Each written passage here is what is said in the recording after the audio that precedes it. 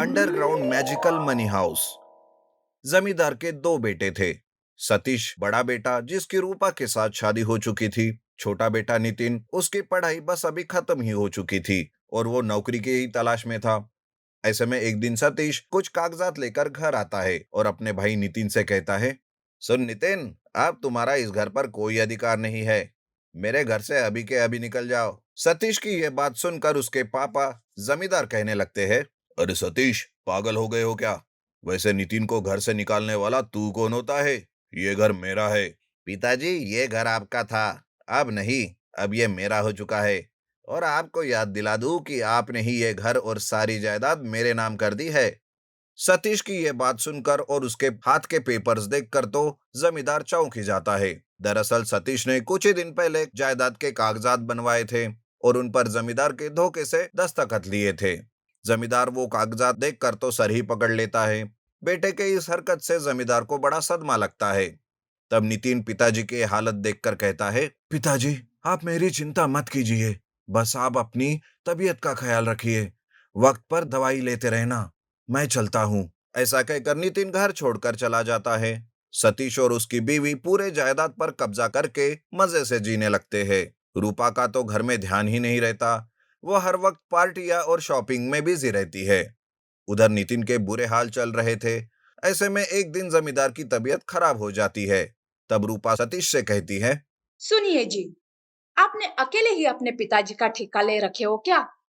बहुत हो गया, अब मुझसे सहा नहीं जाता। आप अपने पिताजी को नितिन के पास भेज दीजिए। रूपा की बात सुनकर सतीश जमींदार को घर से बाहर निकाल देता है और उन्हें नितिन के पास जाने के लिए कहता है। जमींदार रोते हुए रास्ते पर भटकते रहता है। वो बेघर हो जाता है। तभी कुसुम नाम की एक औरत जमींदार को मिलती है और वो कहती है, अरे रे जमींदार जी, ये क्या? आपके सगे बेटे ने ही आपको घर से निकाल दिया। चलो, मैं आपको आपके बेटे नितिन के पास ले चलती हूँ। वैसे जमींदार जी, एक बात कहूँ, वो क्या है कि अपने पापों की सजा तो यही भुगतनी पड़ती है। जमींदार भी गरीब किसानों से कर्जा ना मिलने पर उन्हें भी ऐसे ही घर से बेघर कर देता था। आज वही वक्त जमींदार के नसीब में आया था। जमींदार को कुसुम नितिन के पास ले जाती है। नितिन पिताजी की हालत देखकर बहुत दुखी हो जाता है। वो एक झोपड़ी में रह रहा था और जो काम मिले वो करता था और अपना गुजारा करता था।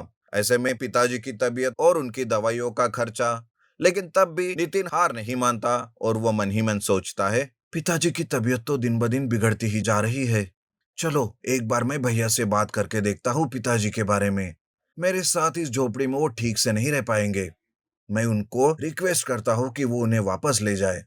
ऐसा सोचकर वो सतीश से मिलने जाता है और उसे सारी बात बताता है। लेकिन तभी बीच में रूपा और सतीश उसकी एक भी बात नहीं सुनते और उसे धक्का देकर घर से निकाल देते हैं। कि तभी वहां एक साधु बाबा आते हैं। वो नितिन को सहारा देते हुए सतीश से कहते हैं, सुन बेटा, पैसे का इतना घमंड अच्छा नहीं होता। जिससे तुम इतना घमंड कर रहे हो ना, वो तुम्हारे पास टिकने वाला नहीं है। समझ लो कि तुम्हारा बुरा वक्त शुरू हो गया है आज से। साधु बाबा नितिन को आशीर्वाद देकर वहां से चले जाते हैं। नितिन बड़ा दुखी होकर घर जाते रहता है कि अचानक से रास्ते में एक मैन होल से वो नीचे अंडरग्राउंड में गिर जाता है। अंडरग्राउंड में वो मैजिकल मनी हाउस में चला जाता है। मनी हाउस को देखकर वो चकित हो जाता है। वो चारों तरफ पैसे ही पैसे देखता है। तभी उस अंडरग्राउंड मनी हाउस से आवाज आती है, बेटा नितिन, तुम्हें जितने पैसे चाहिए उतने पैसे ले लो और पिताजी की खूब सेवा करो। नया व्यापार तुम शुरू करो बेटा, और जब कभी पैसों की जरूरत हो तब यहाँ आकर ले जाओ। पर हाँ, पैसों का कभी घमंड मत करना, नहीं तो जो पाया है वो तुम्हारी आंखों के सामने खो जाएगा। तब नितिन एक बैग भर के पैसे लेकर घर आता है। सबसे पहले वो पिताजी की दवा खरीदता है और बाकी के पैसों से वो नया व्यापार शुरू करता है। उधर सतीश को व्यापार में एक के पीछे एक बहुत ही ज्यादा नुकसान होने लगता है। धीरे धीरे उसका सारा व्यापार बंद हो जाता है। वो कर्जे में डूब कर रास्ते पर आ जाता है। इधर नितिन पिताजी की सेवा करते हुए, पैसों का घमंड ना करते हुए आगे ही आगे बढ़ता रहता है। सतीश पर अभी भीख मांगने की बारी आती है। तब नितिन ही सतीश को अपनी कंपनी में काम देता है। सतीश नितिन और जमींदार से माफी मांगता है। तभी नितिन कहता है, अरे भैया, आपने जो मेरे साथ किया है मैं तो उसे कब का भूल गया। पर आपने जो पिताजी के साथ किया वो मैं कभी नहीं भूल सकता। हमें दूर ही रहना होगा।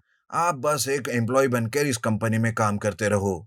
अब हम कभी भी एक नहीं हो सकते। उस दिन से सतीश बड़े घर से एक छोटे घर में रहने लगता है, तो नितिन झोपड़ी से एक बड़े बंगले में रहने लगता है। नितिन उस अंडरग्राउंड मैजिकल हाउस से पैसे लेकर गरीब लोगों की मदद और सेवा करता रहता है। नितिन की दिन ब दिन तरक्की होती है और वो खुशी से जमींदार के साथ जीने लगता है। इसीलिए कहते हैं कि हमें पैसों के लिए अपने ही परिवार वालों के साथ कभी धोखेबाजी नहीं करनी चाहिए, क्योंकि उसकी सजा हमें किसी ना किसी तरह से मिल ही जाती है। जादुई मैजिकल डायमंड डोर। एक गांव में रघु नाम का एक लड़का रहता था, जो मन का बहुत ही भोला और मासूम था। रघु का इस दुनिया में कोई नहीं था। वो छोटे मोटे काम करके अपना जीवन गुजारता था। रघु जो भी काम करता वो या तो बिगड़ जाता था या फिर अपने भोलेपन से वो उसे बिगाड़ देता था।